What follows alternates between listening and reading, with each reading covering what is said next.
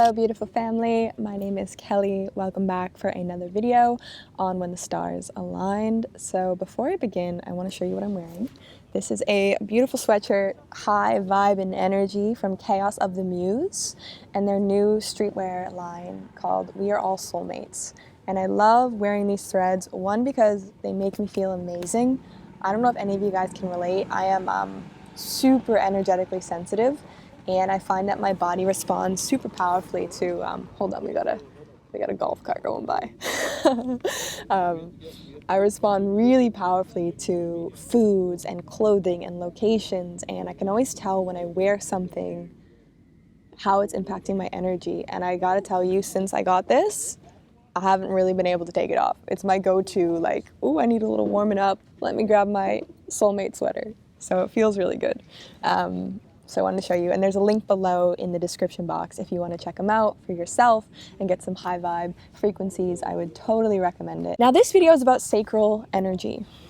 And yes, often this is described in terms of human design, sacral center generators, but I'm looking at it as well from an expansive perspective outside of the lens of human design. So it's interchangeable. Yes, this can support you with your human design journey, and it's about getting more of an embodied understanding of who are you as a physical being, even outside of, your astrology charts. Inside, outside, all of them combined. In essence, sacral center, what is it? So I see the sacral center, it's like life force energy. It's what gives you the power to survive, the power to procreate. Does that mean that only generators can birth children? Of course not. But it encapsulates this energy of what is it to produce life? What is it to have a home for sexuality in your own body? A home for energy in your own body, for creating and sustaining life within your own body. And when understanding the sacral center, if you are kind of new to this whole journey, it's whatever brings more life to you, whatever promotes and creates a feeling of vitality, a feeling of life, a feeling of energy. So as a generator, you have built within your blueprint this natural capacity to tap into this yourself, to create this energy within yourself by following what feels good, by listening to what feels good, and by having boundaries for what doesn't feel good. Right? But the sacral energy in general, it's asking yourself the question, what is promoting my life force? So no matter what type you are, this is a really good question to ask ourselves. What promotes and what drains or exhausts my life force? What people? What activities? What foods? What projects? What styles of work? What music? Right? What styles of pleasure? What type of sexuality drains me and exhausts me, or brings me more nourishment, brings me more health and radiance? And how can you tell if your sacral center is healthfully functioning? One, stable energy levels. A stable feeling of like, I feel good, I feel peace. Maybe not erratic high, high, high, or depressive low, low, low. Stable. I can stick with this, I can finish a task. Another element I often find is like our physical representation.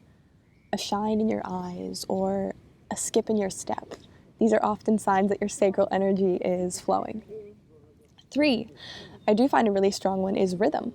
You hear a song and you want to dance a little bit, or you're out in nature and you want to smell the roses. It's like a dance with life. I find this to be really linked to a healthy sacral energy. So the sacral center, it's life force. It's this space you have within you to tap into sexual energy, which is creation energy. It's what makes things possible. It's what allows you to get up in the morning and get out of bed, to birth a child, to finish that work email, to make yourself a meal. It's the energy that's needed to take something from start to completion. And this is something that can sometimes be like a misconception of the sacral center. It's like this high, high, high energy. Actually, sometimes it's more of an enduring energy.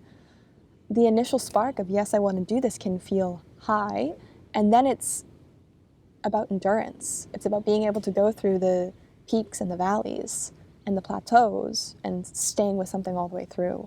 And I think of an example like of my own sacral energy and response. The nature of the work I do. I have a very strong sacral response to like being an entrepreneur. Absolutely aligned to my sacral, 100%. Is it always easy? No. Do I always feel super lit up? No. I love having a YouTube channel. Am I every day like, great, I'm gonna make a video? No. There are some days and some weeks where I just can't bring myself to do it, but it's sustaining. It's riding the peak and valley. My desire, my sacral response that I want this stays the same. But it takes endurance, like a child, right? A woman and a man, or a woman and a woman, there's a baby being born, right? Okay, we want to do this.